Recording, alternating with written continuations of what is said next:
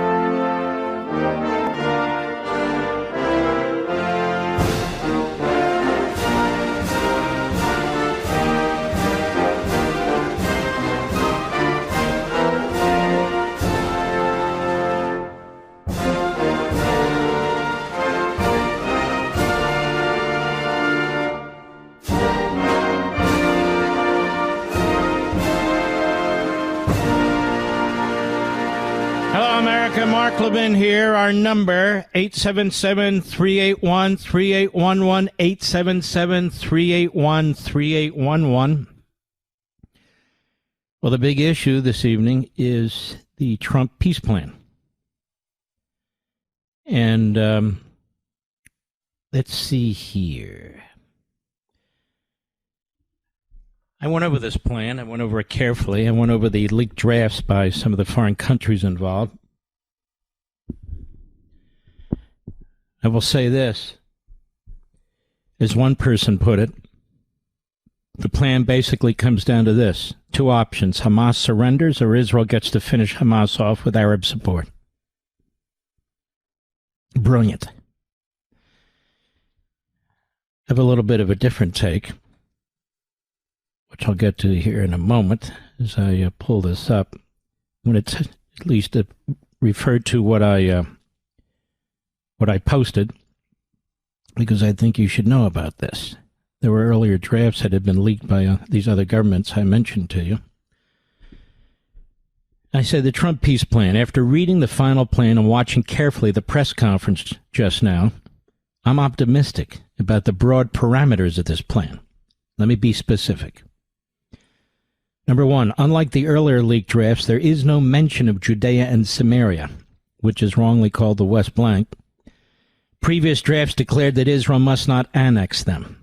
This was not a relevant issue and a big sticking point with me. I'm glad it was dropped. Number two, I oppose a Palestinian state, period.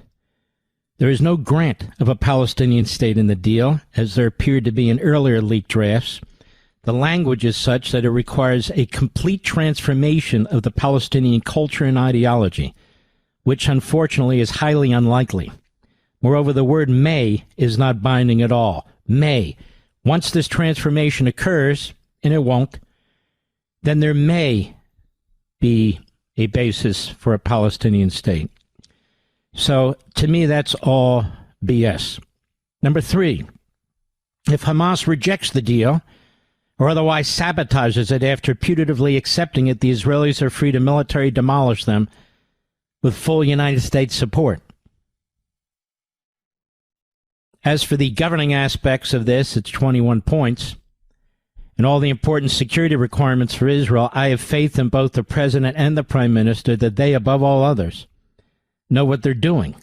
There are many details and pieces that have to fall into place, many more details and pieces that have to be worked out. So none of this will be easy or certain. And as this plays out, I'll have further comments along the way, as will others. But I think the broad parameters provide a solid foundation. But time will tell. We know many of these actors are untrustworthy. Many. And there's a lot of layers to this. It's not simple. In fact, it's complex. But the hostages are to be released within 72 hours. Hamas is to disarm or be disarmed. And as this gentleman put it, Hamas either surrenders or Israel gets to destroy them with the support of the United States and the Arabs. I wouldn't count on the latter, but you get the point. So, number one, I think the president deserves enormous credit for his effort here. Enormous credit, as do the people who've been assisting him. Enormous credit. I just feel this is better than it was 48 hours ago from what I was reading. Much better. Number two, the Prime Minister of Israel deserves enormous credit for engaging on this and his people. I assume negotiating, going back and forth, and tightening things up. And then there's the reality. A lot of the people in Israel, I'm not saying a majority, but a lot, are growing weary of this war. And they want their hostages back. Now, this isn't an act of weakness by the Israelis. How can you call any of this an act of weakness, given what the Israelis have done to Hamas and Gaza, given what the Israelis have done to Hezbollah in Lebanon, given what the Israelis have done to Iran, given what the Israelis are doing to the Houthis? And I go on and on and on. Weakness. One of the reasons why Benjamin Netanyahu is attacked viciously with anti-Semitic diatribes, he's focused on by the isolationist bigot neo-Nazis on the right. He's attacked by the Marxists and the Islamists on the left. He's attacked by people even in high places in government, is because he is a leader and he is effective. If he wasn't a leader and he wasn't effective, they'd have no reason to attack him. Many of these people are on the payroll of the Islamists or want to be on the payroll of the Islamists. It's true. Directly and indirectly. And so this is an issue as well. Netanyahu is hated because he's effective, because he's a great leader. Same reason with Trump. Trump is hated because he's effective. He's a great leader. And Netanyahu knows better than I if a deal protects the Israelis or not. And President Trump is not Biden. He's not Obama. He's not Clinton. He's not going to throw the nation of Israel off the roof. He's just not going to do it. He's done too much for the nation of Israel to act in such a way as the greatest president the United States has had in its dealings with Israel. So I think the broad parameters of this are very solid, very positive. Obviously, things take time to implement. It's a very complicated and dangerous part of the world. I'm not a Pollyanna about these things. I don't think there'll be eternal peace. There is no such thing. When it comes to human beings, there's evil. Some people believe there's a devil. There's not eternal peace. This battle between peace and war, between good and evil, that's the eternal battle, isn't it? According to your own Bible. My Bible. So that's not going to just go away. The Islamists will exist. Their ideology is dangerous. It's deadly. It's a death cult. And so you're trying to deal as best as you can with what you have in this part of the world with respect to the Arab states and the Muslim states. It's that simple. It's that simple. Now, this Islamist, radical Islamist mentality threatens some of their dictatorships.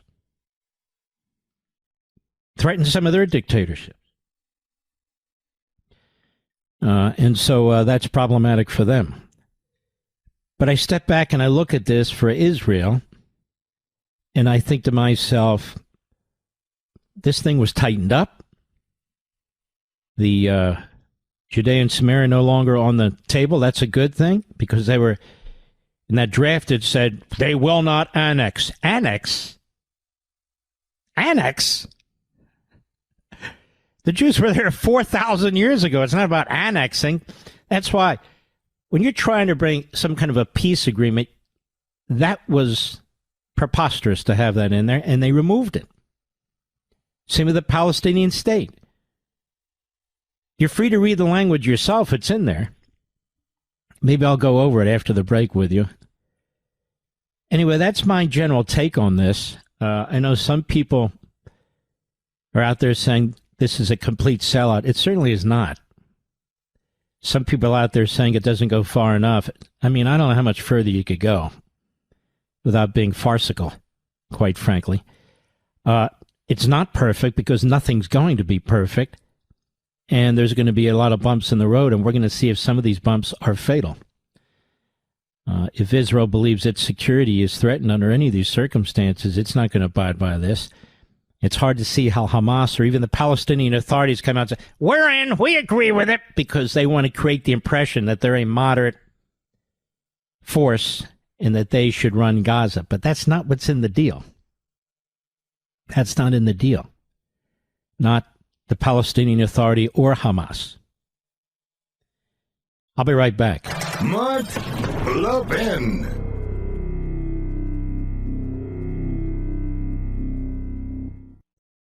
The youth of today will be the leaders of tomorrow, and it's more critical now than ever that we train up the next generation to fearlessly defend conservative values. The Heritage Foundation's Young Leaders Program equips young conservatives with the principled foundation and policy knowledge needed to stand up in a world increasingly hostile to conservatives. The Young Leaders Program is more than an internship. Participants work right alongside Heritage professionals, and they learn valuable workplace skills. They attend weekly policy briefings from Heritage's top experts and have access to practical skill-building workshops. They visit historical sites in Washington and even unparalleled mentorship opportunities. If you or anyone in your life is looking to spend a semester in our nation's capital with the best and the brightest of the conservative movement, please go to heritage.org/Levin, heritage.org/Levin. Go there today. Learn more about the Young Leaders Program. Applications for the spring semester close October 5th, so you have to hurry. Our nation's future depends on patriots like you, spreading the word to make sure the next generation is equipped. Go to heritage.org/Levin today. That's heritage.org/Levin. Paid for by the Heritage Foundation.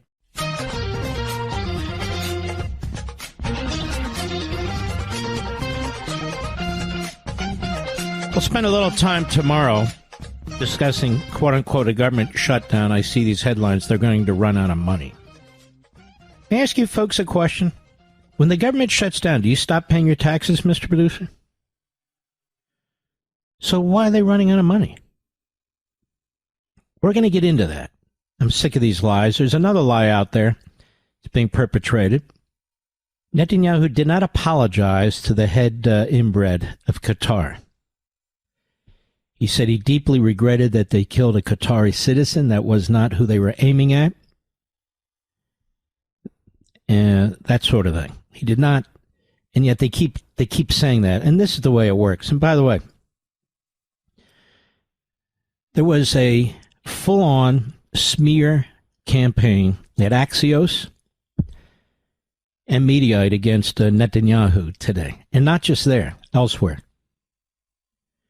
And the one in Mediaite even brought up Tucker Carlson and was slamming Netanyahu, who was obsessing, they said, with Tucker Carlson.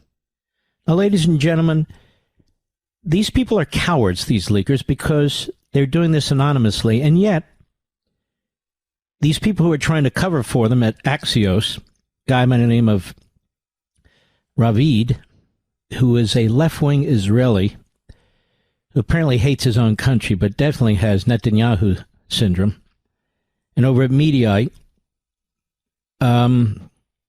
where they're constantly promoting Carlson, except for this guy Isaac Shore, who's really getting better, in my view. I really had no quarter for him, but I feel like he's doing a lot better. That said, and quite accurate, that said, they said senior White House officials Now, I know that President Trump is the one doing the leaking. And I know his immediate staff doesn't leak. So who at the White House is leaking, trashing, smearing Benjamin Netanyahu and Israel, saying that everybody here has had enough of him and so forth and so on? Who's doing that? Now, there can be some people outside the White House, but they said White House, senior staffers. Where would that be coming from, Mr. Producer? You have any idea? Well, who platformed Tucker Carlson? And they were given an opportunity to do the broadcast, the first broadcast after the horrendous murder of Charlie Kirk. I believe that was J.D. There's a very close relationship between those two guys. Very.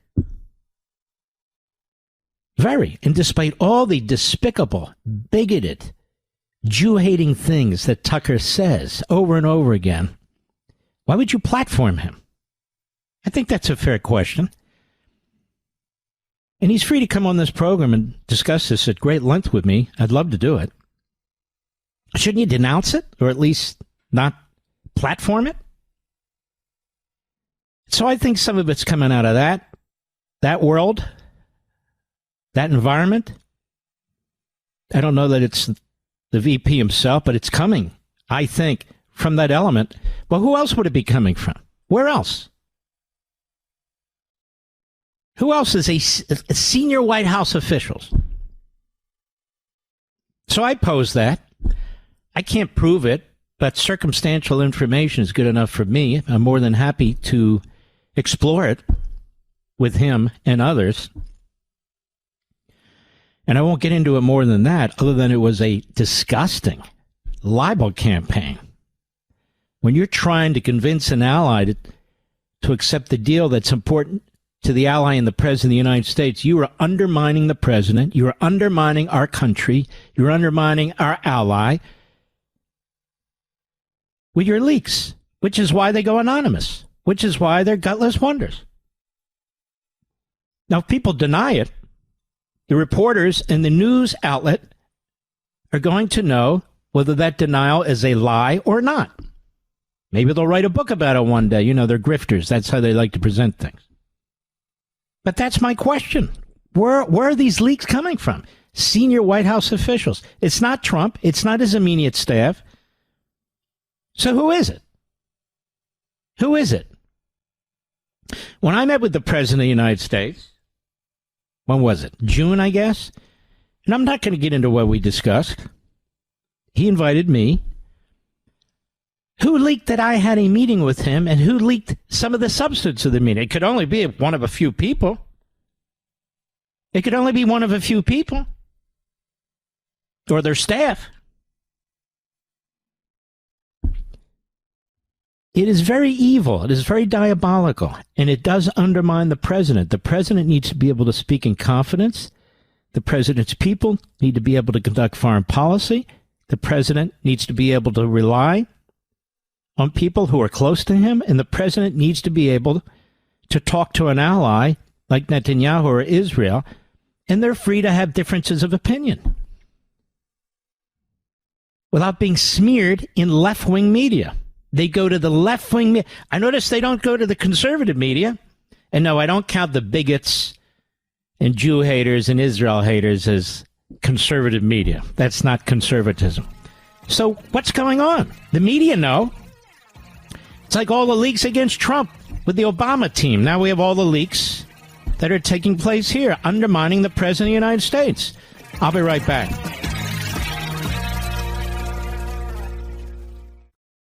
The Heritage Foundation built the Young Leaders Program because they're committed to investing in the next generation of America's leaders. Now, this mission is even more important now, as we need a new generation of young leaders fearlessly defending the truth. Every semester, Heritage trains and mentors more than 50 interns who are committed to the principles of individual freedom, free enterprise, limited government, traditional American values, and a strong national defense. Through policy briefings, professional development workshops, lectures from the top conservative thinkers on first principles, principles of conservatism, and more. Heritage equips young conservatives with the timeless truths, practical knowledge, and relevant skills needed to protect and advance conservative principles and policies. If you know young conservatives hungry for a challenge, please go to heritage.org/Levin, heritage.org/Levin. Find more information about the program and its impact on young conservatives. Applications for the spring semester close October 5, so you gotta hurry. Don't wait. Our nation's future depends on conservatives like you taking action to spread the word. Again, that's heritage.org/Levin, heritage.org/Levin. Go there today. Let's do our part in training up the next generation of America's leaders. That's heritage.org/Levin, paid for by the Heritage Foundation.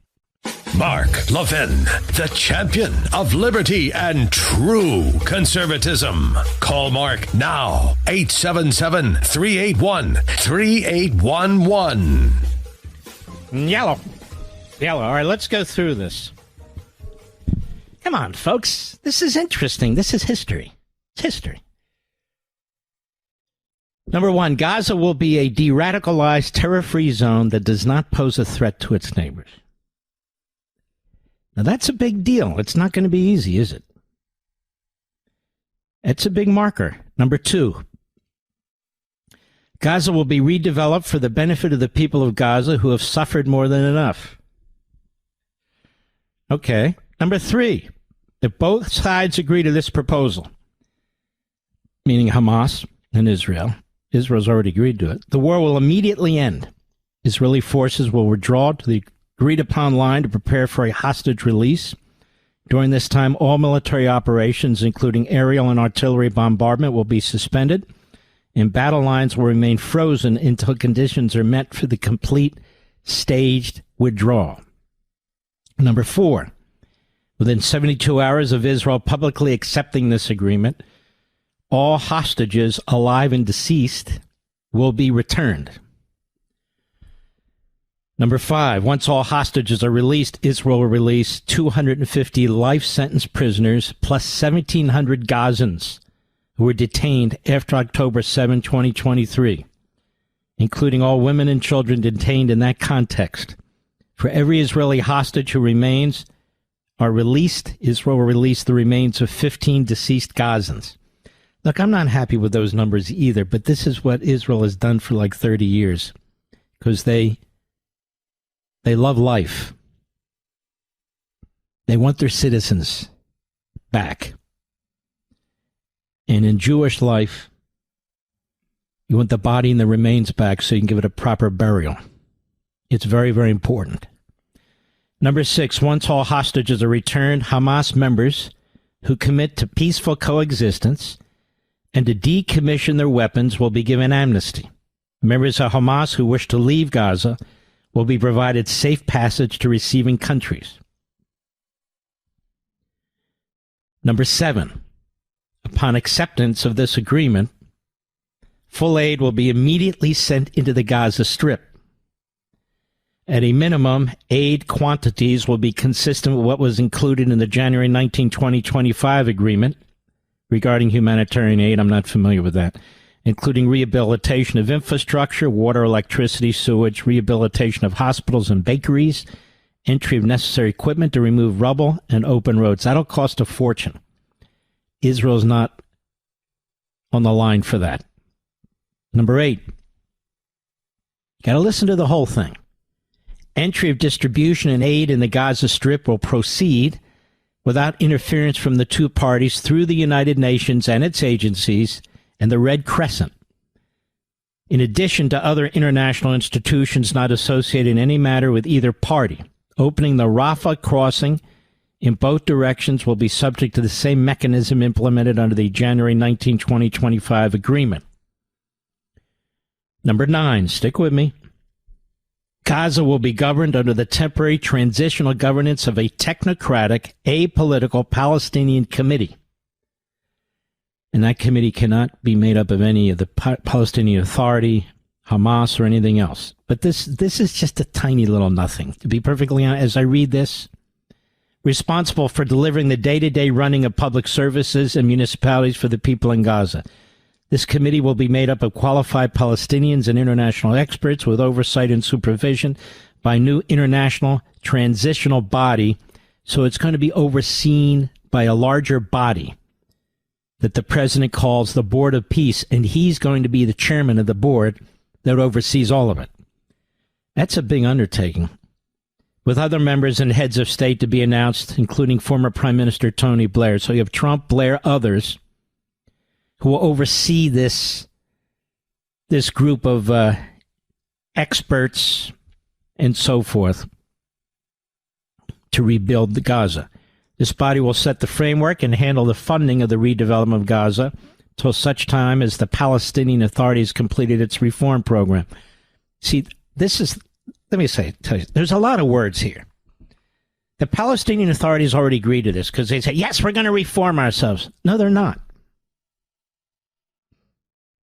I'm just telling you.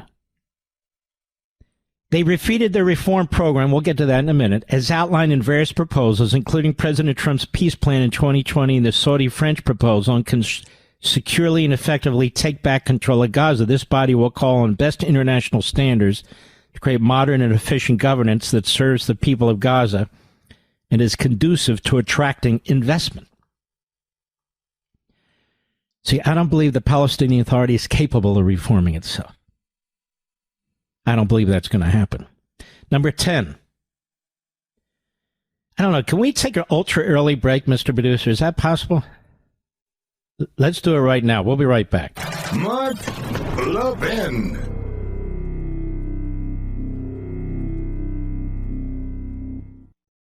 The youth of today will be the leaders of tomorrow, and it's more critical now than ever that we train up the next generation to fearlessly defend conservative values. The Heritage Foundation's Young Leaders Program equips young conservatives with the principled foundation and policy knowledge needed to stand up in a world increasingly hostile to conservatives. The Young Leaders Program is more than an internship. Participants work right alongside Heritage professionals, and they learn valuable workplace skills. They attend weekly policy briefings from Heritage's top experts and have access to practical skill-building workshops. They visit historical sites in Washington and even unparalleled mentorship opportunities. If you or anyone in your life is looking to spend a semester in our nation's capital with the best and the brightest of the conservative movement, please go to heritage.org/Levin, heritage.org/Levin. Go there today. Learn more about the Young Leaders Program. Applications for the spring semester close October 5th, so you have to hurry. Our nation's future depends on patriots like you, spreading the word to make sure the next generation is equipped. Go to heritage.org/Levin today. That's heritage.org/Levin. Paid for by the Heritage Foundation.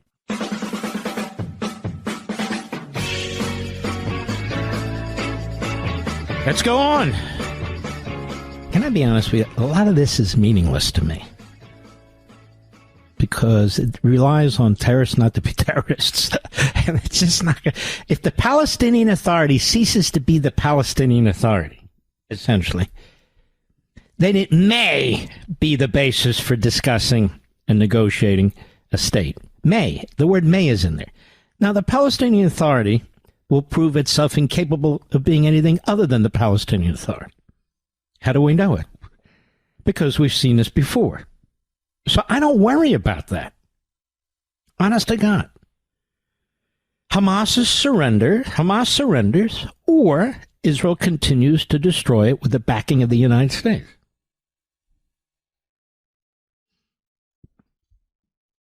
Here we are. Let's continue. Let's see. This whole governance thing with this Palestinian group, this board, it's meaningless. Because who sits on top of the board that oversees this committee, Mr. Producer? Donald Trump. So again, I look at this and say, okay, to me this is almost, these are issues that are like a sop to the Arab countries. It's like, okay, here, we mentioned the word Palestinian in this paragraph. I'm just being honest with you. If I thought this was horrendous, I would tell you it's horrendous. I thought the part about Judea and Samaria was horrendous, but they removed it. A Trump economic development plan to rebuild and energize Gaza will be created by convening a panel of experts who have helped birth some of the thriving modern miracle cities in the Middle East. So they're looking at certain financial experts and banking experts. Many thoughtful investment proposals and exciting... Okay, who cares? Number 11. A special economic zone will be established with preferred tariff. All right, who cares? Number 12. No one will be forced to leave Gaza, and those who wish to leave will be free to do so and free to return. We will encourage people to stay and offer them the opportunity to build a better Gaza. Yeah, as long as they're not building, like a subway system, Mr. Producer. Because we know that's not a subway system. Now, in order for this to work, understand, ladies and gentlemen, all the textbooks are going to have to be changed. All the propaganda is going to have to be changed, all that stuff. I don't know if that's going to be accomplished or not. I have no idea. 13, Hamas and other factions agree not to have any role in the governance of Gaza, directly or indirectly in any form. They might say, well, they might cheat. Well, then all bets are off. That's the point. All military, terror, and offensive infrastructure, including tunnels and weapon production facilities, will be destroyed and not rebuilt. There will be a process of demilitarization of Gaza under the supervision of independent monitors, which will include placing weapons permanently beyond use through an agreed process of decommissioning and supported by an internationally funded buyback and integration program, all verified by independent monitors. New Gaza will be fully committed to building a prosperous economy and to peaceful coexistence with their neighbors. Number 14. A guarantee will be provided by regional partners to ensure that Hamas and the factions comply with their obligations and that New Gaza poses no threat to its neighbors or its people. So there the Arab states have a responsibility. What happens if they break it? That's my point. There are so many triggers in here. The vast majority of this requires the Arab countries, the Palestinian Authority, to comply with God knows how many requirements here. Don't you get that out of what I'm reading to you, Mr. Producer?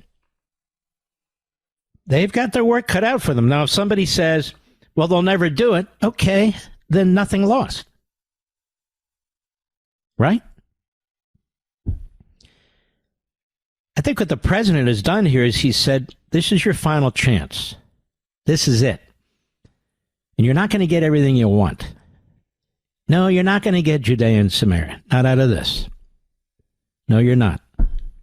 You're not going to get a Palestinian state. He doesn't put it that way, but I know how to read flim-flam, and that one paragraph is utter flim-flam. The United States will work with Arab and international partners to develop a temporary international stabilization force to immediately deploy in Gaza. The ISF will train and provide support to vetted Palestinian police forces in Gaza and will consult with Jordan and Egypt, who have extensive experience in this field. Do you know what that means, Mr. Producer? Again, people don't understand what that means. The Jordanians and the Egyptians, their police forces are brutal. Brutal. It's not like the police in the West. There's no due process. There's none of that. The ISF will work with Israel and Egypt to help secure border areas along with newly trained Palestinian police forces.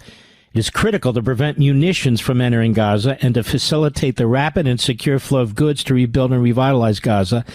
A deconfliction mechanism will be agreed upon by the parties. I haven't kept count. There must be at least 25 of these things in here so far.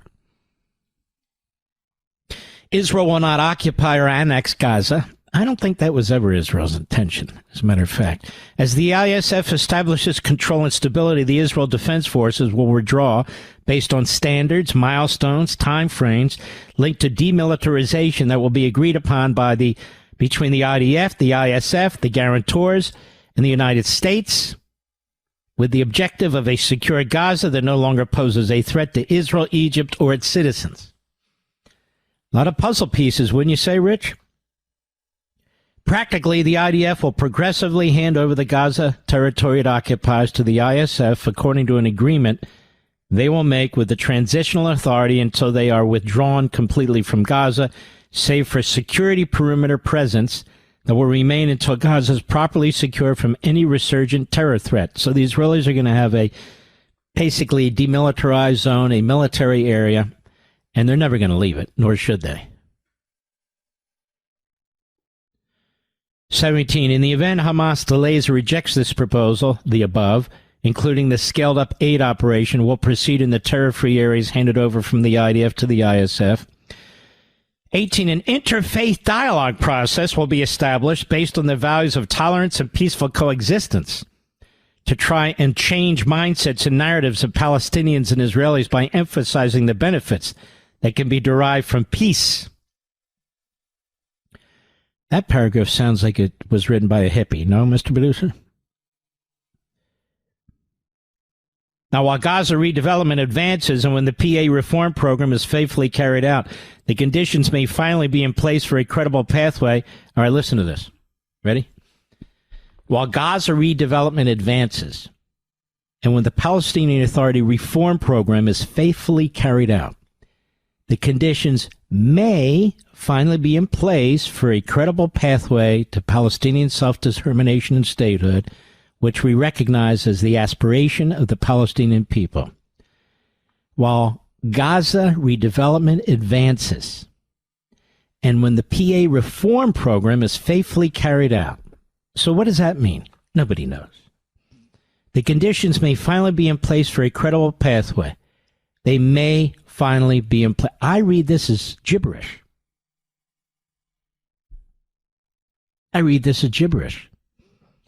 The United States will establish a dialogue between Israel and the Palestinians to agree on a political horizon for peaceful and prosperous coexistence. Now, if I'm the Israelis, do you know what I do there? I start by saying, okay, you need to recognize us, recognize our country and our boundaries. That's what I would do. Okay, now we'll have a dialogue. And that's it. And now we'll have a dialogue. So I just feel a lot of this is fuzzy. A lot of this is requiring incredible obligations for Palestinians and Arabs, to be perfectly honest with you. It gets the hostages back. It's technically, anyway, theoretically, it demilitarizes Gaza. And it forces the Arab states to help enforce the demilitarization and the security zones that are there in part for Israel. So I think it's different than Oslo and some of these other things here. There are obligations that are being placed, significant obligations that are being placed on the Arabs and the Palestinians. Will this work? I don't have the foggiest idea. I suspect there could be a problem. It's called terrorists. Don't you, Mr. Producer? I suspect there could be a problem. But this is an opportunity. They can decide or not. And we shall see. All right, folks. There we have it.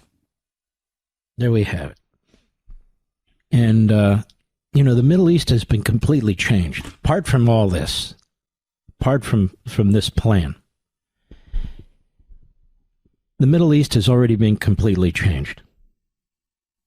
Lebanon, Iran, yes, Gaza, completely changed as a result of Benjamin Netanyahu, which is why he's hated by the Netanyahu crowd, the isolationist bigots, some of whom apparently are senior officials at the White House, excluding Donald Trump and his people.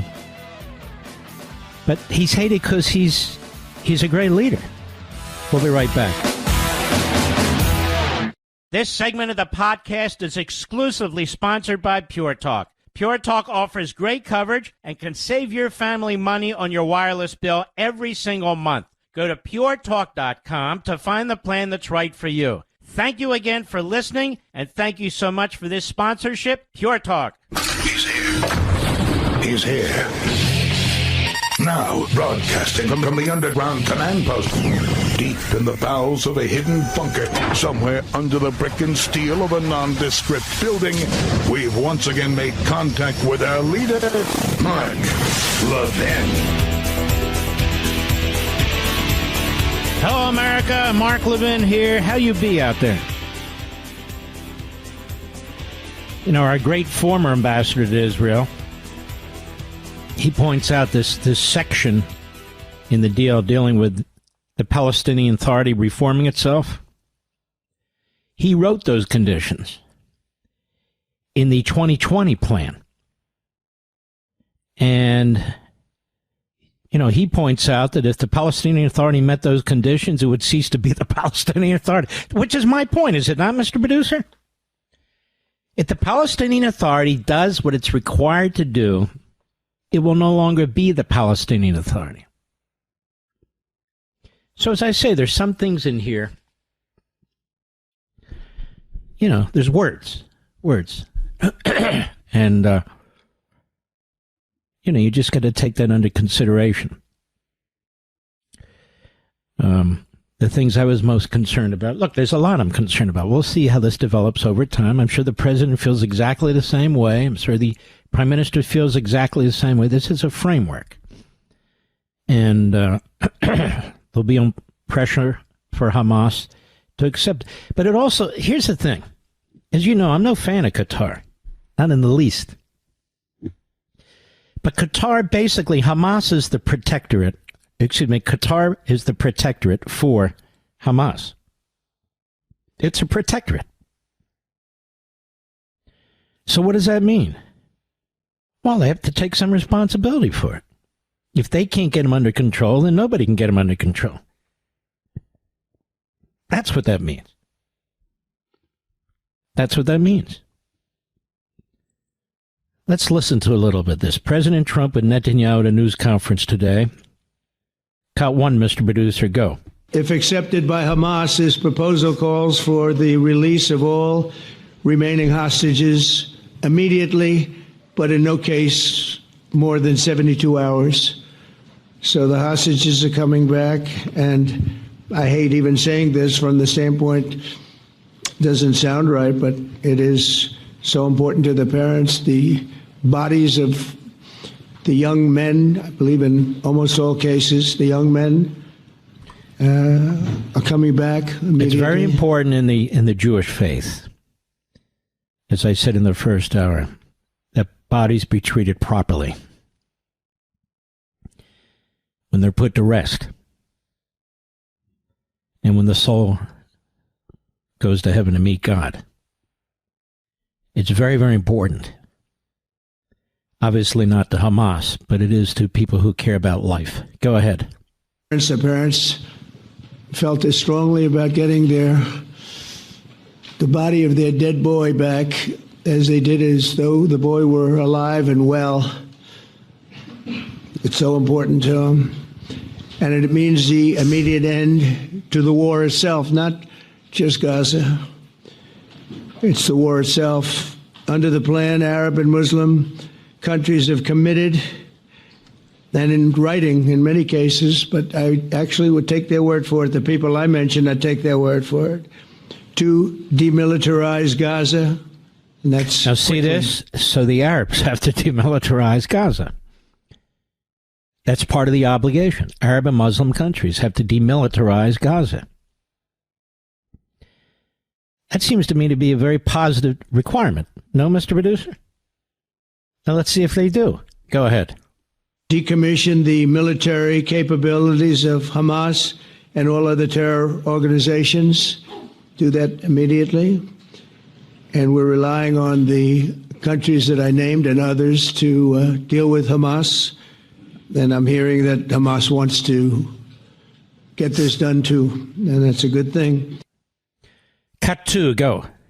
Israel would have my full backing to finish the job of destroying the threat of Hamas. Now, what he's saying there is if Hamas doesn't agree to the deal and comply, Israel can go in and destroy them with the full backing of the United States. Go ahead. We're going to have a deal for peace. He wants that. And if Hamas rejects the deal, which is always possible. They're the only one left. Everyone else has accepted it.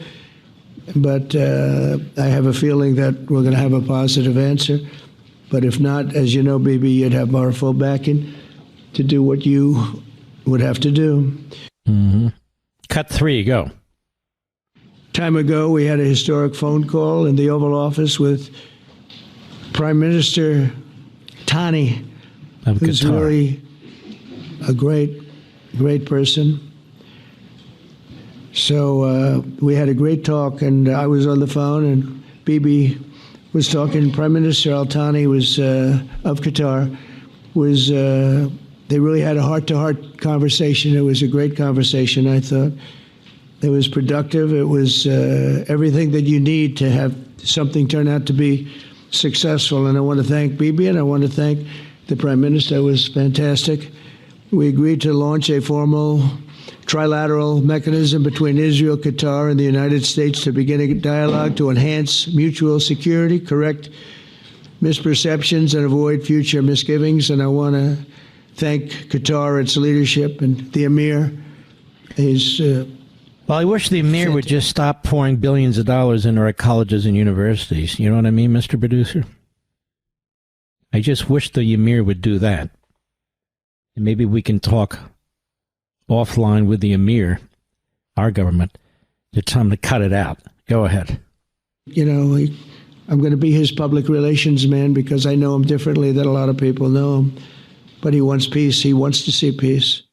Good. Then it should be very easy for him to stop pouring billions of dollars to poison our children in this country and to push Islamism. I'm just saying. He's one of the main funders of these groups in this country.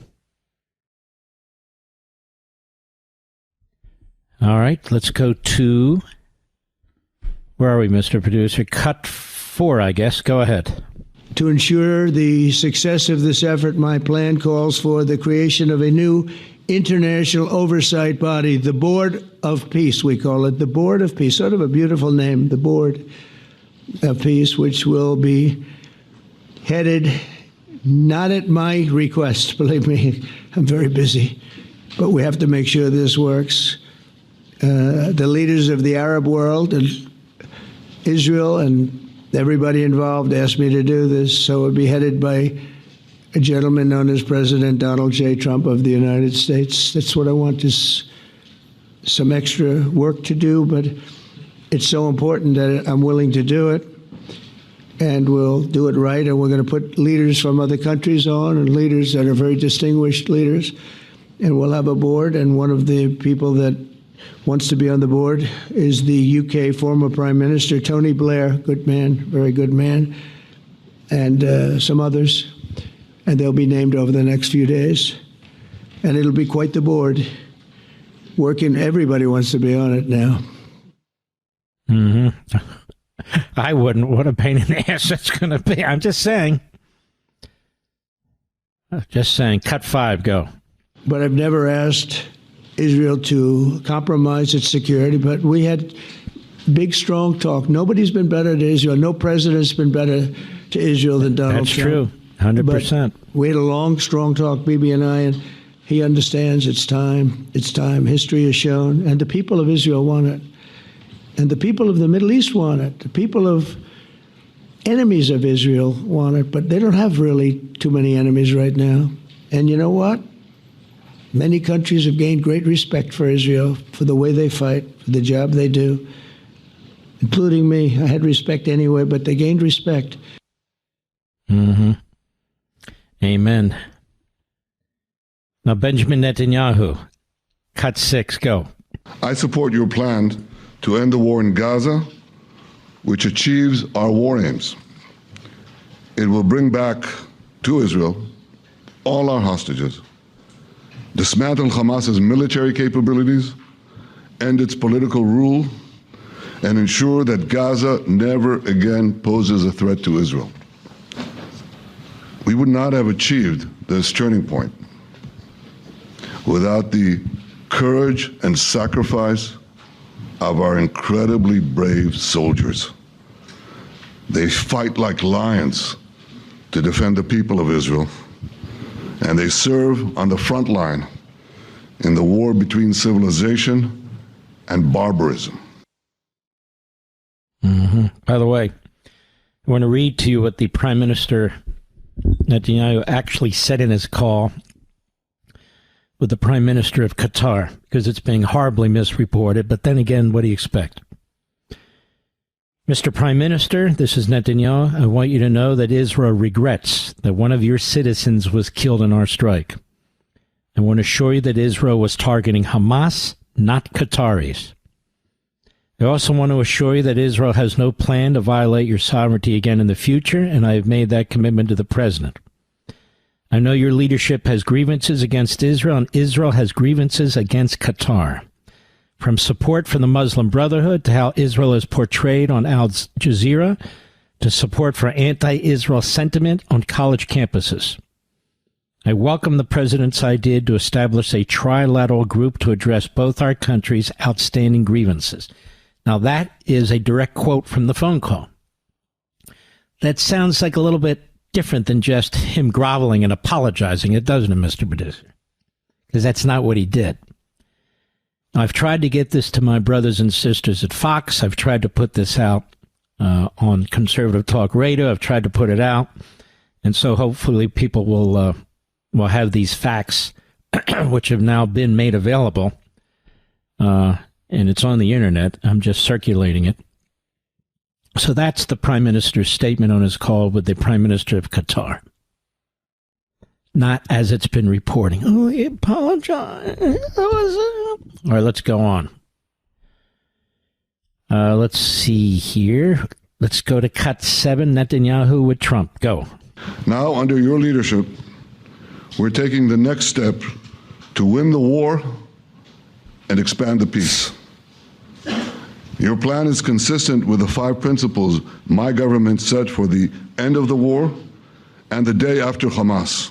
Everybody asks, what is your plan for the day after Hamas? Here's our plan. Pass it in the cabinet. All our hostages, both those who are alive and those who died, all of them will return home immediately. Hamas will be disarmed. Gaza will be demilitarized. Israel will retain security responsibility, including a security perimeter for the foreseeable future. And lastly, Gaza will have a peaceful civilian administration that is run neither by Hamas nor by the Palestinian Authority. If Hamas agrees to your plan, Mr. President, the first step will be a modest withdrawal, followed by the release of all our hostages within 72 hours. The next step will be the establishment of an international body charged with fully disarming Hamas and demilitarizing Gaza. See, I want you to hear from the President and the Prime Minister directly, rather than people who are trying to put words in their mouth, and rather than the neo-Nazi bigots that you'll find everywhere in podcasting and so forth, apparently some in the government, who just want you to hate the Israelis and Netanyahu. The fact is, Netanyahu and Trump are very close. They work very closely together. I know both men very, very well. And all this propaganda, this hate, I know exactly where it's coming from. We'll be right back. Mark Levin.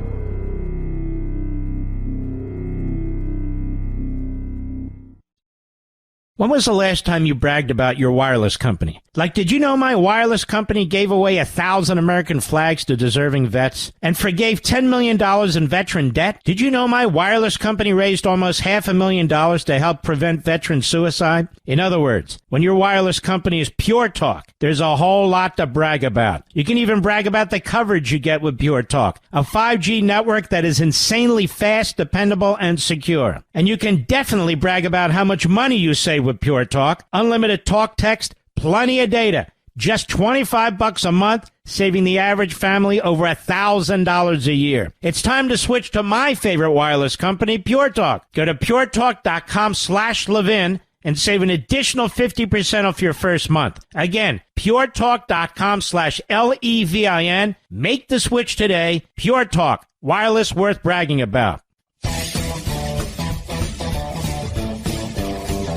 You know, ladies and gentlemen, when the airlines screw up, they screw up. But I have to say, I had a flight today from Newark, New Jersey to Florida that was perfect.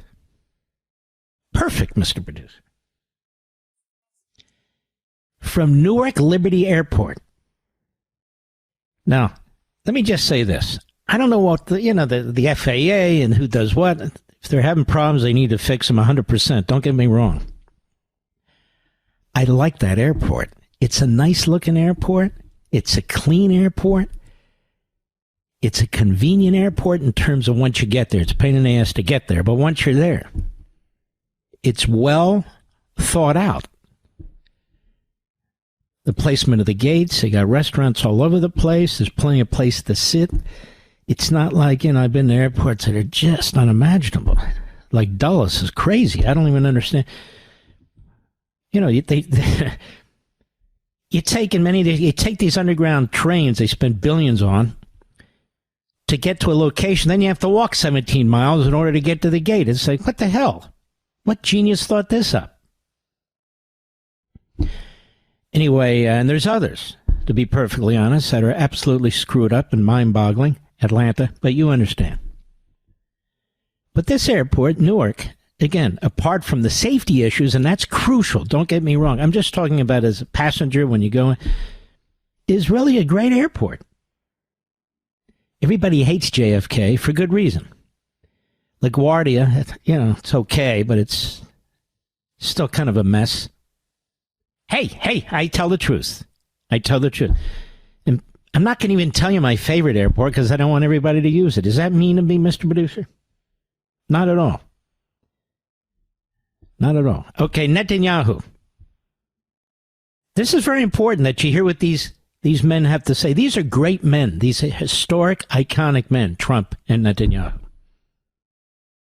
Do you know how honored I am to know both of them? To consider both of them friends? Absolutely honored. So I know the stuff that some of these people spew on them is just such libel. So dishonest. Cut 8, go. Now, if this international body succeeds, we will have permanently ended the war. Israel will conduct further withdrawals linked to the extent of disarmament and demilitarization, but will remain in the security perimeter for the foreseeable future. I think we should understand that we're giving everybody a chance to have this done peacefully. Now stop. Stop. This is what's key.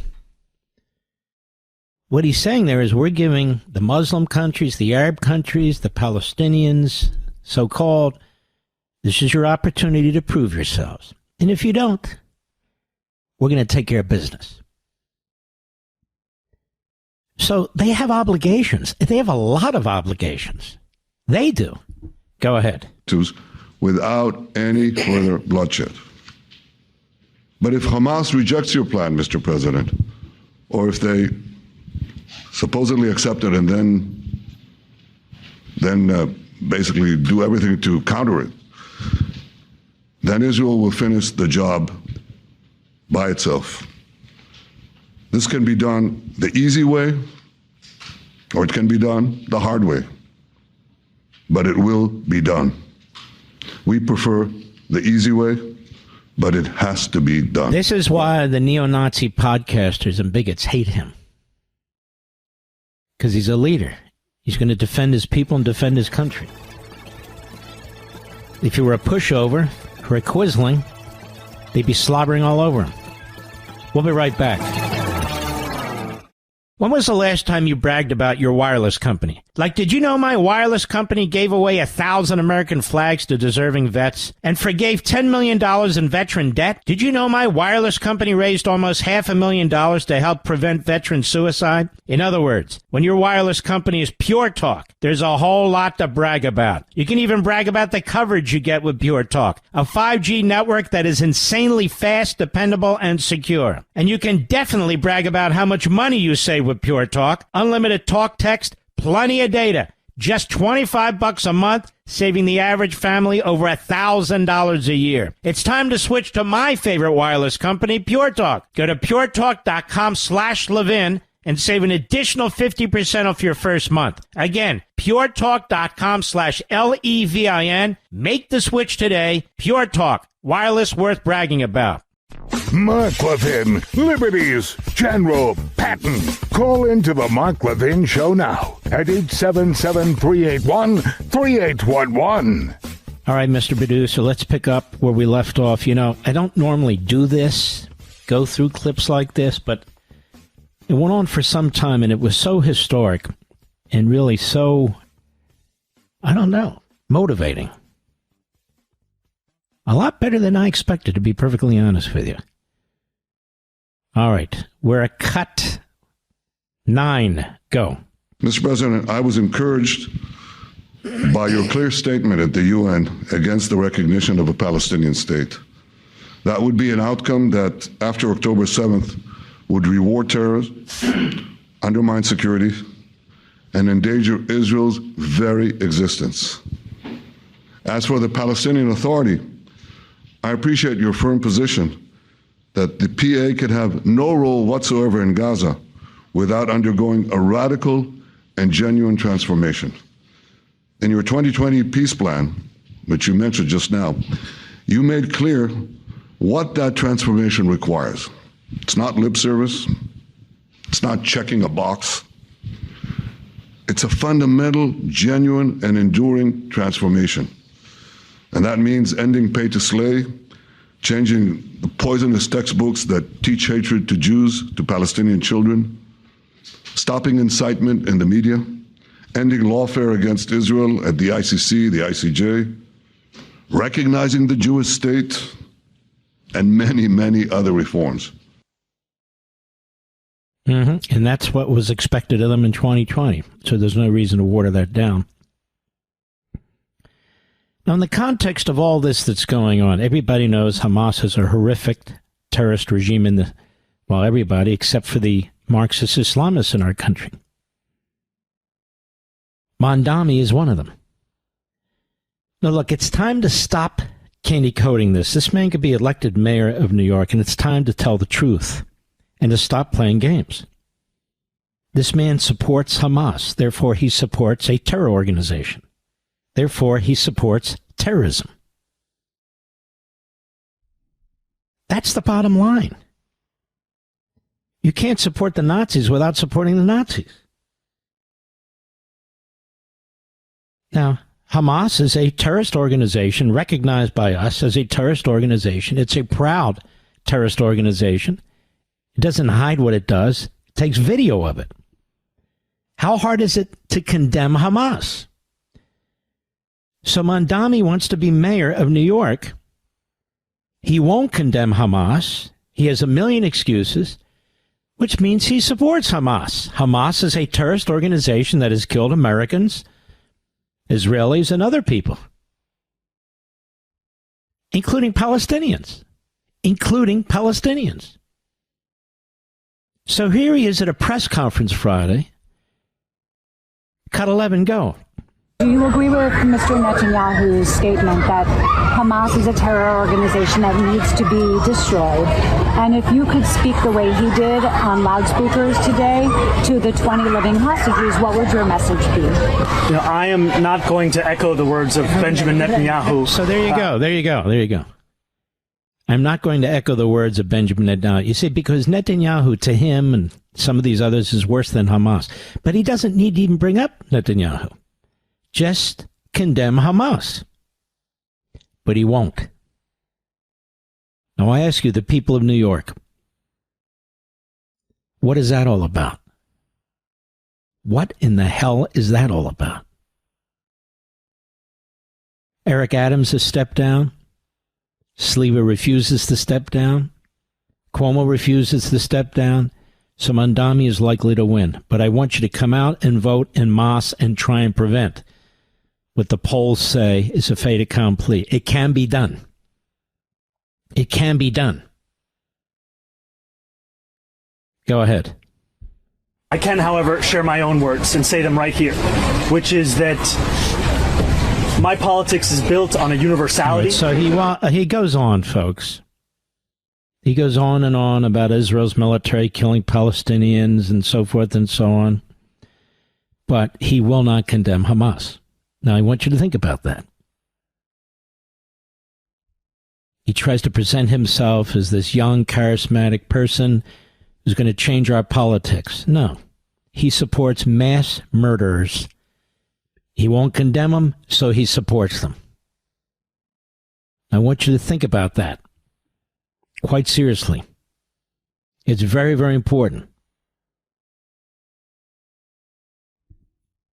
This guy's not just a crazy-ass lefty. He's the real deal. His family is filthy rich, with an estate in Uganda, with a wall and a fence that protects the estate in Uganda.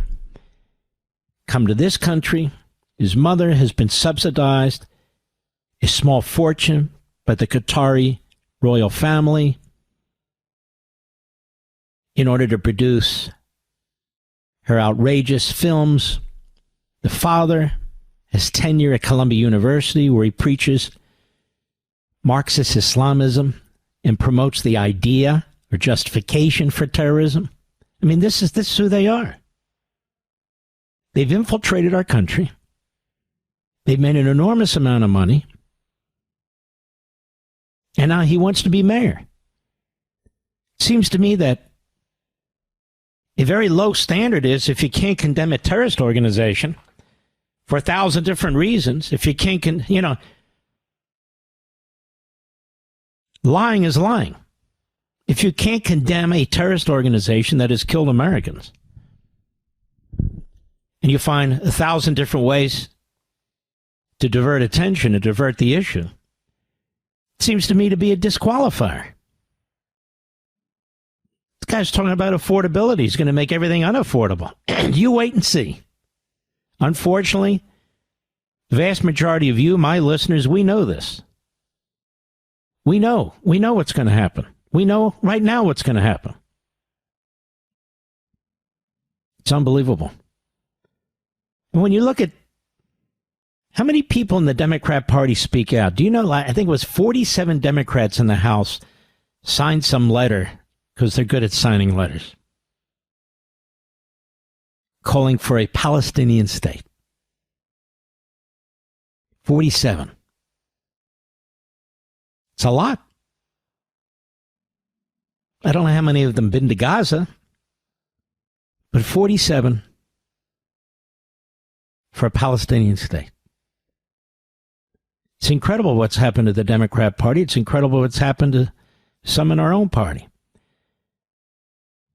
John Fetterman is on Fox News yesterday. Listen to what he has to... This guy, he was early on. He had the stroke. He was incoherent. But as time has gone on, he's one of the smartest people in Washington. I don't mean book smart, IQ smart. That's not what I'm talking about. Logical, reasoning. Cut 13, go.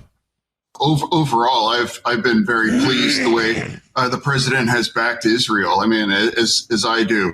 I think I was the only Democrat that supported the Iranian nuclear facilities, and that's why I'm always willing to stand with the democratically elected leader of Israel. And I do think it's astonishing. You have our allies are going to recognize Palestine when you have human beings held underground, tortured and starved, going on 2 years. And that is, and absolutely, it's a reward for Hamas. That's going to be their narrative. They're going to claim that's why we did 10-7. That birthed our nation, and you can't ever give that to them. And I strongly reject any idea, especially now to talk about that when you have human beings. I mean, they are normalizing keeping human beings underground for 2 years and forcing them to dig their own graves. And now it's like, hey, let's give them a nation. Yeah, 47 Democrats in the House signed on to this. I'll be right back. Mark Levin.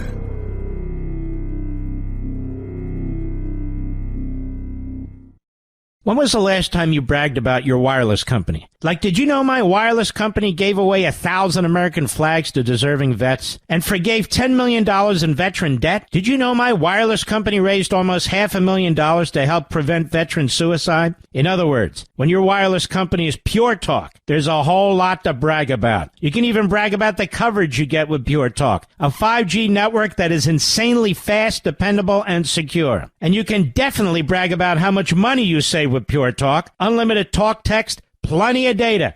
Just $25 a month, saving the average family over $1,000 a year. It's time to switch to my favorite wireless company, Pure Talk. Go to puretalk.com/Levin and save an additional 50% off your first month. Again, puretalk.com/LEVIN. Make the switch today. Pure Talk, wireless worth bragging about. So we had stories today. Let's see if I bothered to even save them. I guess I didn't. In Axios, a guy named Barak Ravid. Barak Ravid is an Israeli. He writes for Axios. He may be dual citizen, I don't know. But he was basically the scribe for the Biden regime and their tremendous hate for the state of Israel, for Netanyahu. And he was there to catch every syllable they spat at him and to run it. High-ranking sources, off the record, because that's what he does. It's yellow journalism. He does the same thing in the current environment. People in the government and out of the government, they know they can go to him, and he does the same thing. And I feel I know who the people involved are, directly or indirectly. It's not that hard to figure out. And then there was a leak to Mediaite that was sent to me. I hadn't seen it. Piece by Isaac Shore. I don't blame him for it, but he's just pointing out that there's another piece in which Israel and the prime minister come under attack because this fetish they have with Tucker, don't you know? Like Tucker's on the prime minister's mind all the time, you see. And I just put one on one together. And why are these people senior White House officials? Not Trump. Why are they beating the brains out of Benjamin Netanyahu? I notice these leaks are never about Qatar. I notice these leaks are never about Saudi Arabia. I notice these leaks are never about Hamas or Hezbollah or the Houthis or Iran. It's always Israel. Why is that?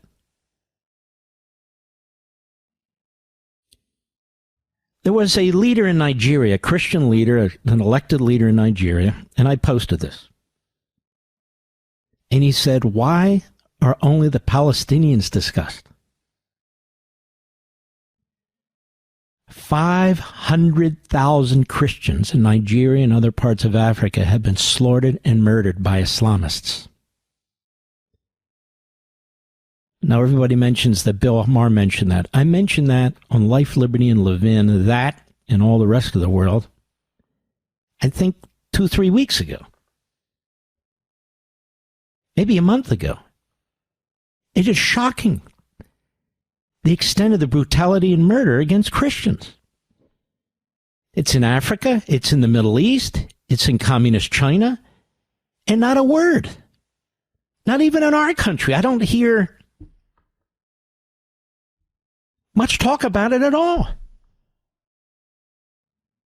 It's crazy.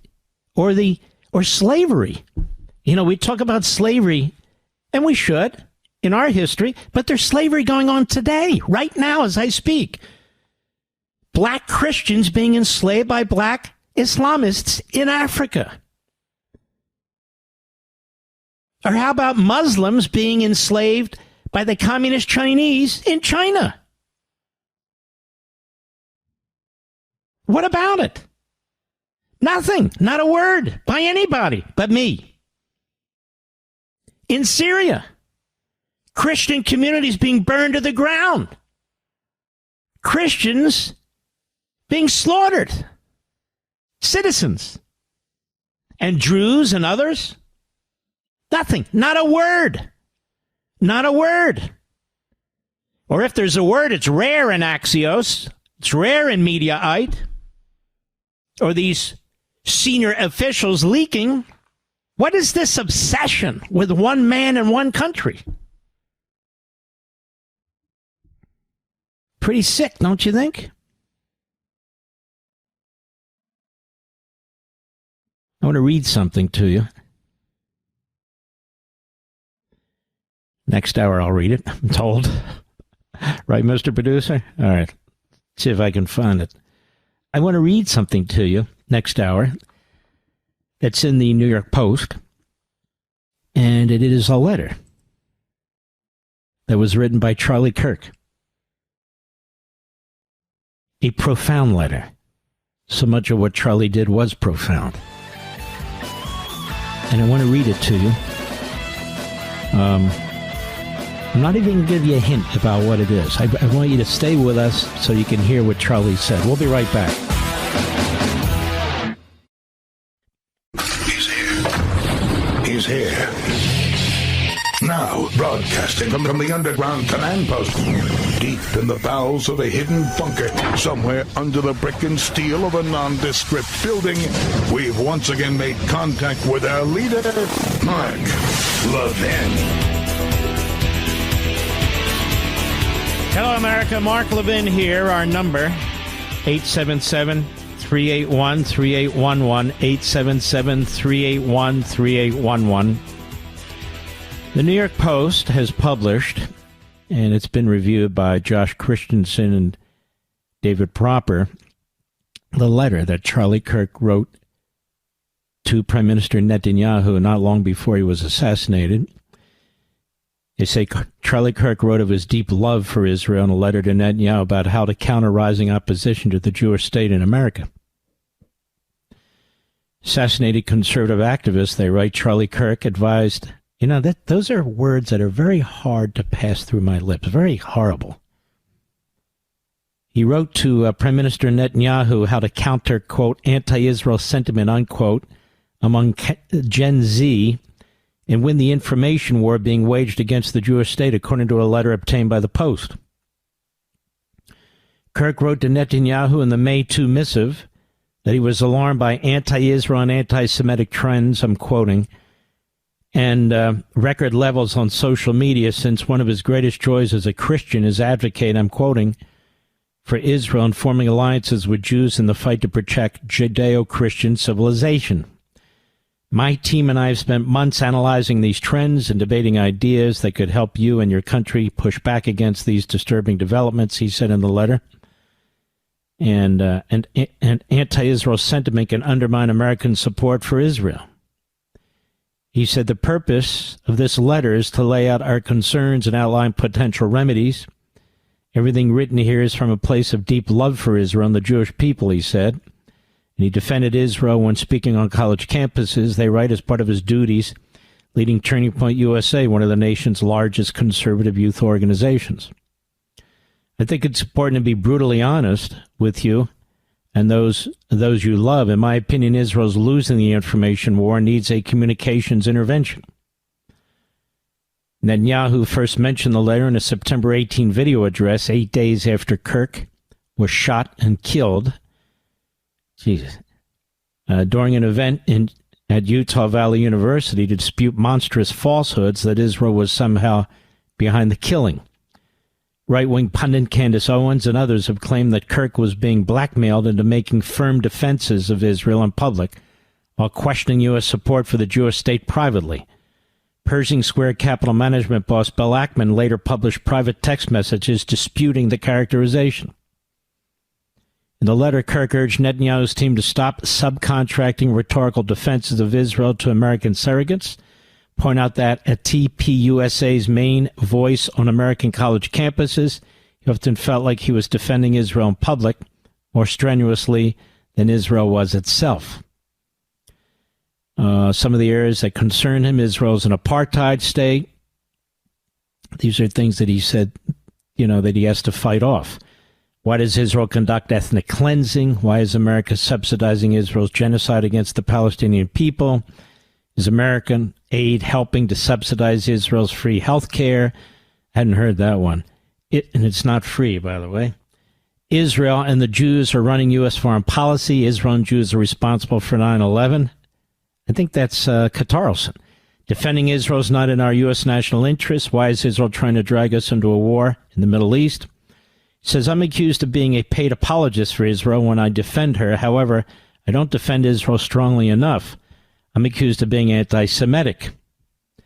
I know you've got a seven-front war, and my kvetching pales in comparison. I'm trying to convey to you that Israel's losing support, even in conservative circles. There should be a five-alarm fire. And he's right. And part of the reason is these bigots who pretend to be conservatives, pretend to be MAGA, and the hate that they spew over and over and over again.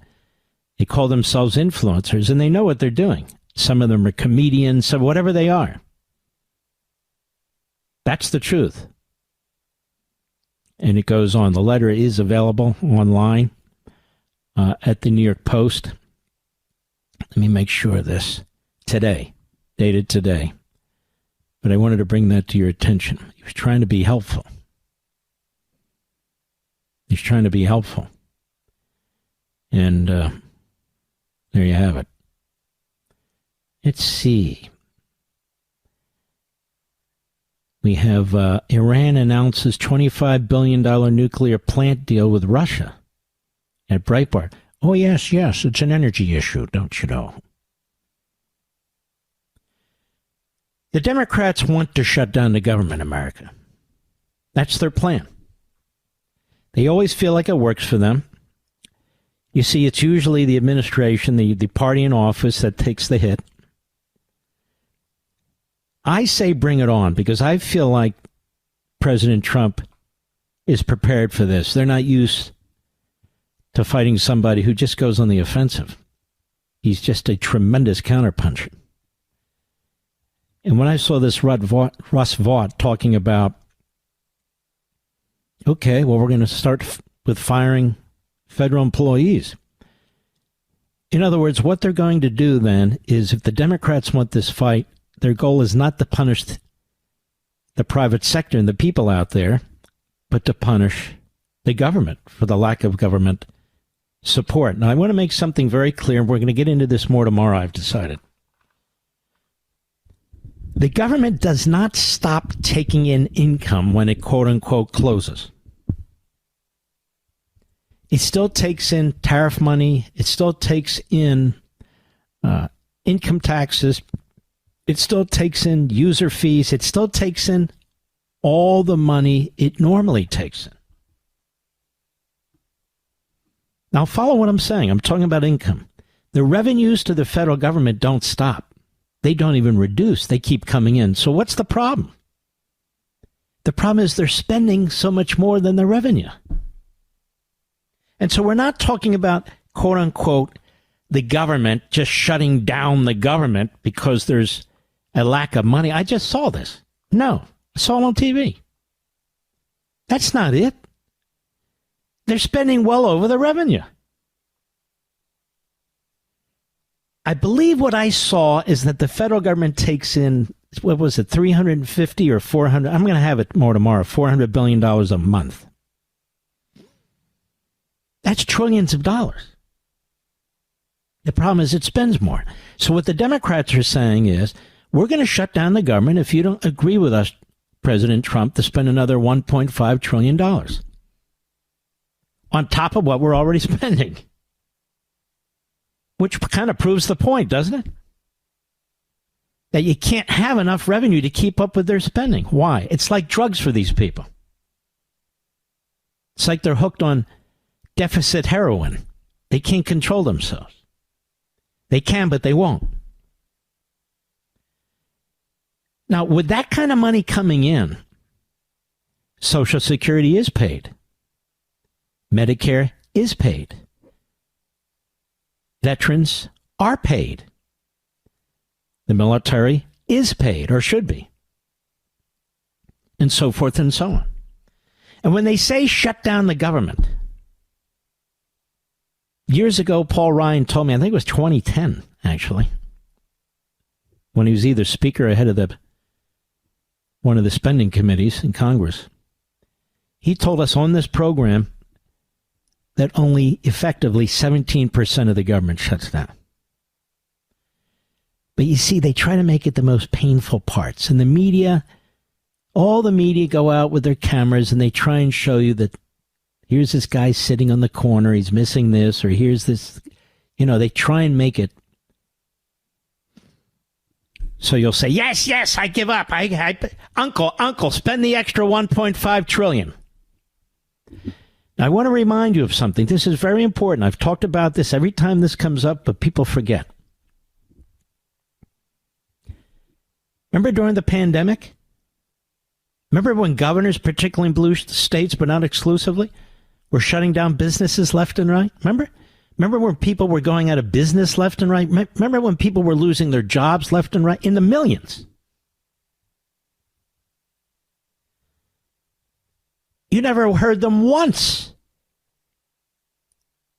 These governors, these senators, Biden, his regime, once show any sympathy for all the mayhem that was created in the private sector, all the businesses that were shuttered, all the people who lost their jobs in the private sector. It didn't matter. Remember Newsom? Whitmer? Remember all these people? That fat slob in Illinois? Remember these people? Pritzker? It was perfectly fine. Shutting down jobs in the private sector. Or even shutting down jobs in local government and state government and county government. Perfectly fine. But if you dare hold people accountable in the federal government, then you've crossed the rubric. Then you've crossed the line. You've crossed the line. And that's a pseudo event. They're trying to create panic, create upset. Now look at all the healthcare people that are going to be laid off. So the Democrats want to do maximum damage to the extent that they can and blame the president and the Republicans. Hakeem Jeffries already started. He's a top-notch liar and propagandist. He says the Republicans control the House, the Republicans control the Senate, the Republicans control the presidency, all the elected branches of government. They're going to blame us for the shutdown. Here's what we know. The roadblock is in the Senate, where they have the filibuster rule. So it's not that the Republicans control the Senate.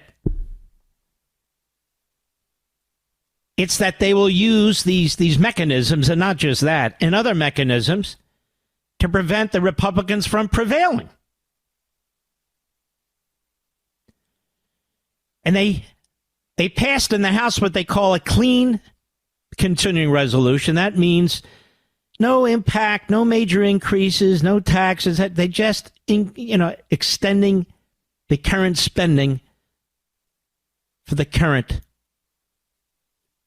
situation based on revenue. Nothing really new. But the Democrats are insisting on $1.5 trillion more in spending, including free health care for illegal aliens. They're going to shut down the government for free health care for illegal aliens. So the president apparently met with them today and didn't get anywhere. He put them off for a while, tried to get them to think straight, but they don't want to think straight because they're not about the American people. They're about power, as I wrote in my book, On Power. That's what they want, power. I'll be right back. Mark Levin.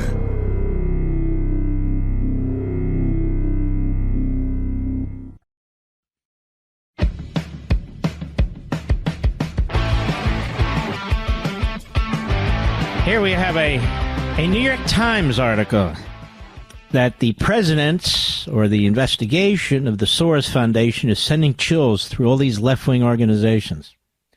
Tell me, when they were investigating the Federalist Society, the National Rifle Association, and God knows how many conservative groups, did the New York Times give a damn then? Of course not.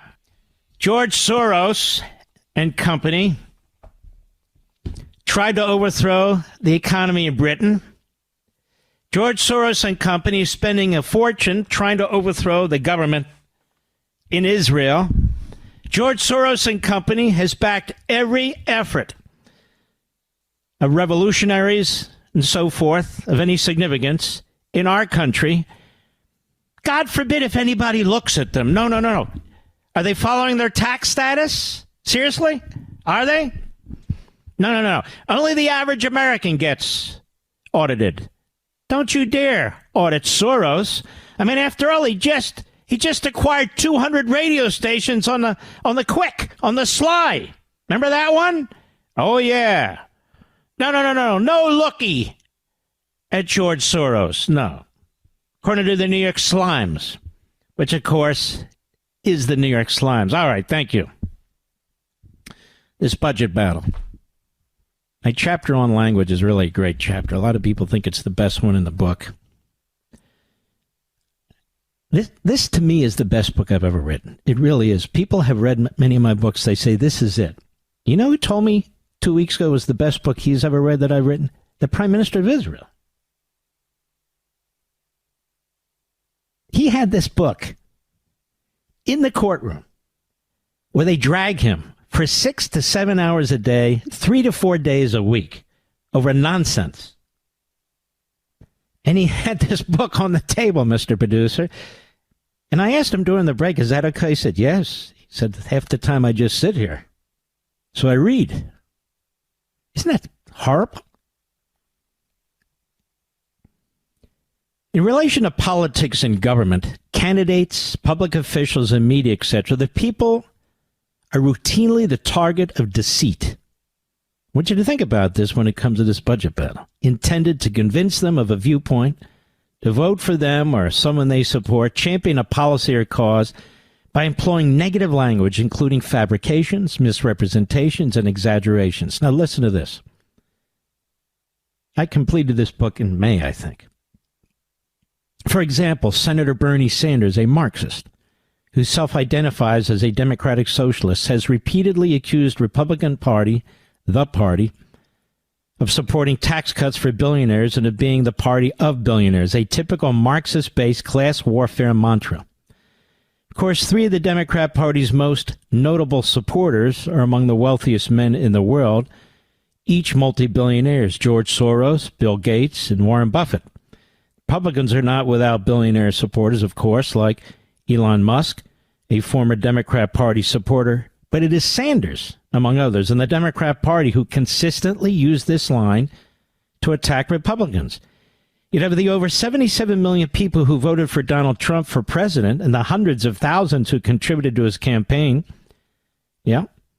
as well as the campaigns of other Republican candidates. The percentage who were billionaires is so small as to be incalculable.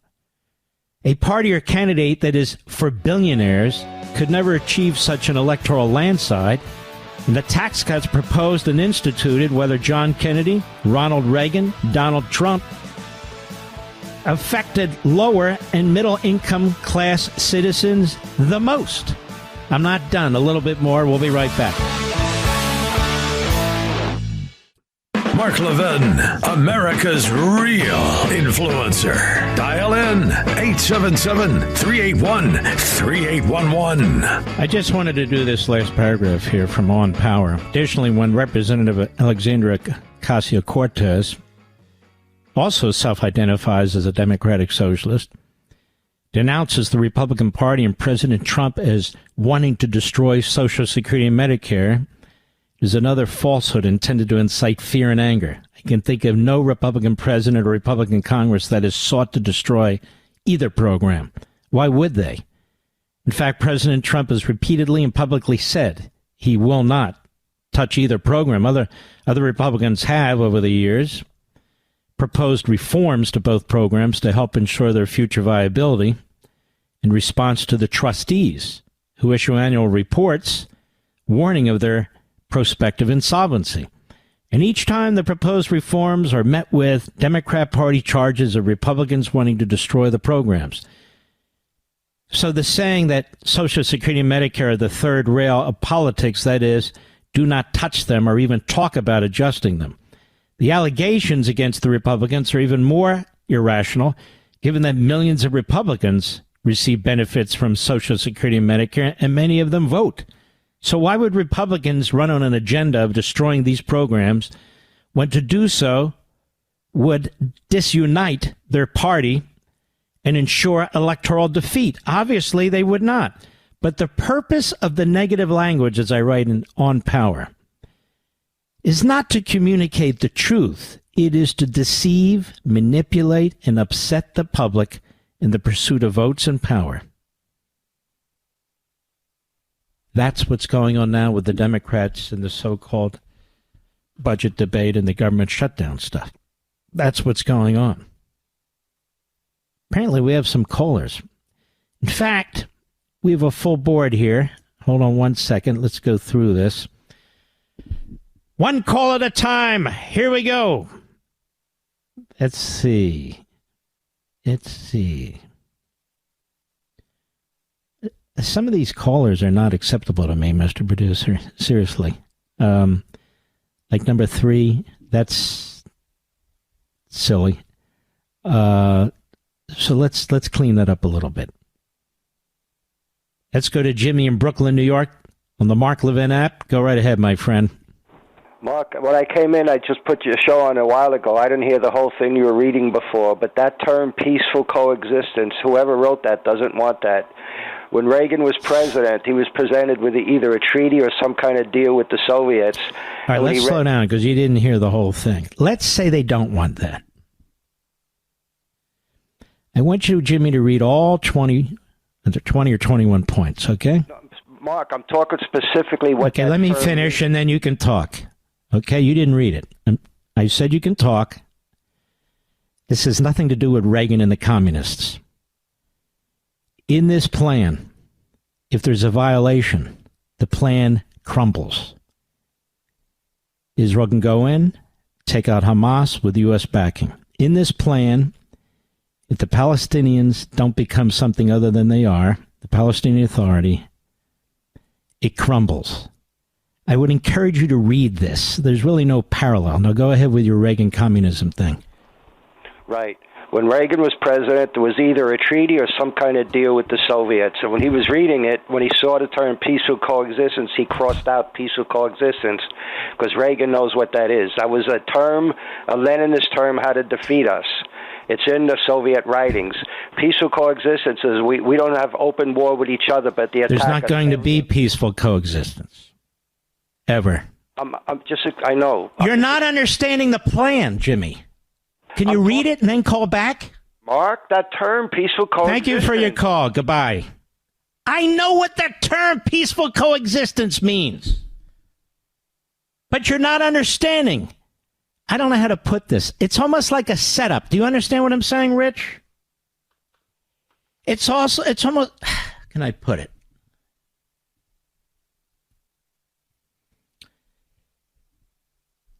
The Arabs and the Muslim countries, the Palestinians, Hamas, have scores of things they have to do for the rest of this to kick in. Jimmy can focus on peaceful coexistence. It's irrelevant in this case. Irrelevant. Whether it's from Lenin or Mao or Aristotle or Cicero, it's irrelevant. It's irrelevant. All right, let's get another caller in here. Surprised at him. Normally he comes in, he's a little bit informed. As I say, if you don't like the term peaceful coexistence, that's fine. Then don't use it. I don't care about it because it misses the entire point. How many of you think there's going to be peaceful coexistence in the Middle East? Raise your hand. Exactly. So Jimmy will go off on peaceful coexistence, but you're missing the point. The point is, as I read this, Hamas has to cease being Hamas. Maybe they will. Unlikely. The Palestinian Authority has to cease being the Palestinian Authority. How many of you think that's going to happen? The Arabs and the Muslims have the responsibility to literally demilitarize Gaza. That's a big responsibility. Let's see if they can do it. And so this is the way I view it. This is the way I view it. Reagan crossing out peaceful coexistence. I'm a Reaganite. That has nothing to do with it. That's just verbiage. That's all. Am I missing something, Rich? Seriously, if I am, tell me. Let's go to Jeff, Twin Cities, Minnesota, XM Satellite. Go ahead. Mark, how are you tonight? I'm okay. Thank you. Fantastic. Okay, I'll just take a couple of seconds of your time. First of all, I read your book, Democratic Party Hates America. You signed a copy for me. Great book. I am going to buy the other one. And I have a way, and I want your opinion on this. I don't know if it can be done, but I want your opinion.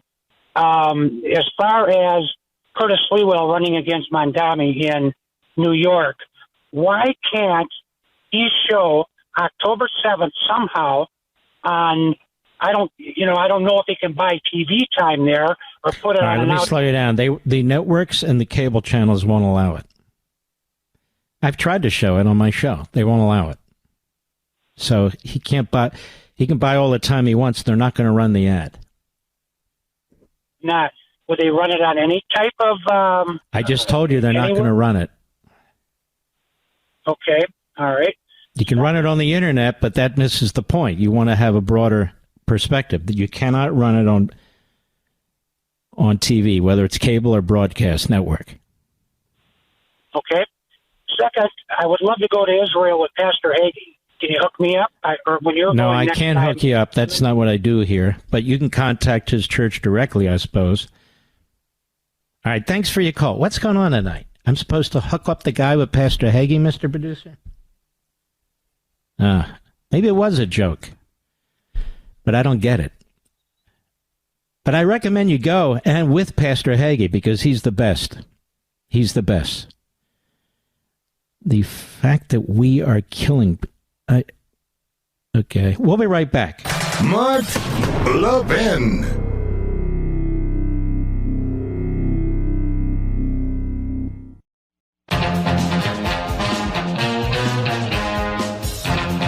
See, that's my wife put it better than I did, responding to Jimmy from Brooks. She said, this whole thing is calling their bluff. Calling their bluff. If the Palestinians did everything that is expected of them in 2 paragraphs, the Palestinian Authority would cease being the Palestinian Authority. If Hamas doesn't surrender, then Israel finishes the job and destroys them. I mean, when you really read this thing and understand it, I'm supposed to go over here and chase Lenin? Somebody wrote it as Lenin? It's stupid. That's all. It doesn't apply here. In fact, for all I know, somebody wrote it, knew all about Lenin, and purposely put it in there. But it's a distraction. We went through the whole thing. You people can look at it too. Even as I was going through these words, what did I say, Mr. Producer? These are just words. That the people who have to demilitarize Gaza are Arabs and Muslims under this plan. That the Palestinian Authority essentially is to cease being the Palestinian Authority under this plan. That Hamas either surrenders or is destroyed by the Israelis with the backing of the United States government under this plan. That doesn't mean it's perfect. In fact, it could all unravel. Who knows? But it's very interesting if you read it carefully. There are things in here where people are immediately taking positions if you really think them through. There's some really smart things in here from my point of view. From my point of view. I mean, if people want to debate the substance, that's fine. But Reagan and Lenin, that's not going to get us too far, I don't think. Where am I going here, Mr. But I'm trying to find... here it is. Whoa. It's moved all the way down here. All right, folks. We're live and national. All right, let's take some calls here. Let's see how we're doing. You know, there was a long period of time where I didn't take any calls. Remember that? A couple of years, right, Rich? Long time. Long time. Let's go to Deborah. I don't know what, Miss Coast, Maine? Where's Miss Coast, Maine? Hey, Mark. Hi. Where's Miss Coast, Maine? No, I'm on Mid-Coast, Maine, in Camden. I'm sorry, Mid-Coast, Maine. There's a spelling error. Mid-Coast, Maine on the Mark Levin app. How are you, Deborah? I'm very good, Mark, and I hope you're the same. So, I am great. So let's talk about Steve Witkoff and Marco Rubio and get some real substance conversation going here about what's going on, because this is an amazing thing, and you're right. Those 21 points, well, it was a smart guy to put that together, and we both know that. Well, what I like about it is there were some things in the draft that aren't there. For instance, they're not talking about Judea and Samaria, which has nothing to do with this. The language about a Palestinian state isn't really about a Palestinian state. The Palestinian Authority would effectively have to cease to exist. It's not going to do that. I know that, and you know it. Hamas has a choice under this, really, if we cut to the chase without all the language. Just look at it. What does it do?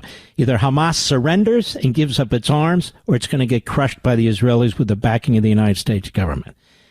It forces the Arabs and the Muslim countries, some of which are the same, of course, to demilitarize Gaza. For them to demilitarize Gaza. Might they do it? Yes. Might they not? Of course. I don't know. But it puts the onus, really, for the first time, if you really think about this, and I'm not even sure the people who crafted this are thinking this way, it puts the onus on the Palestinians, the other Arabs, and the Muslims. It puts the onus on them. And what are the Israelis losing? Not really much. They want to get their hostages back. They have the right to go back in. So I'm not sure what quoting Lenin has to do with this right now. Are you? I don't get it either. I'm with you. Now, look, every deal is complicated. They're not always the best. They're not this. They're not that. There's a complicated area of the world. So I come into this as somewhat of a cynic. And the more I'm thinking about it, and the more I'm reading about it, and the more I'm discussing it with my wife, I'm going, wait a minute. When you really go through this, there's an awful lot of obligations, triggering mechanisms in there for countries, for dictators, for terrorist-type regimes to do things that they've never done, and we will see if they do them. And if they don't do them, there's really been no damage. That's where my head is. Yeah, no, I agree with you and your wife as well. You know, I grew up with Jewish people since I was 5 years old. I have a great respect for the Jewish culture, and I actually lived in a kosher house for a little while. By the way, happy belated birthday. Thank you. No, it's you know, I mean, they're wonderful people. I grew up around them my whole life. Yeah. And I just don't understand what all this hate is. I can't comprehend it. I think a lot of it's money. When people really look at who's gotten money for what, who helped them start their podcasts and everything, things of that, you start to see money. You start to see grifters hit size. Some people will do anything for a buck. Thank you, my friend. We salute our armed forces, police officers, firefighters, emergency personnel, our truckers, all our brothers and sisters around the world, and you, the American people. What would the world do without you? See you tomorrow.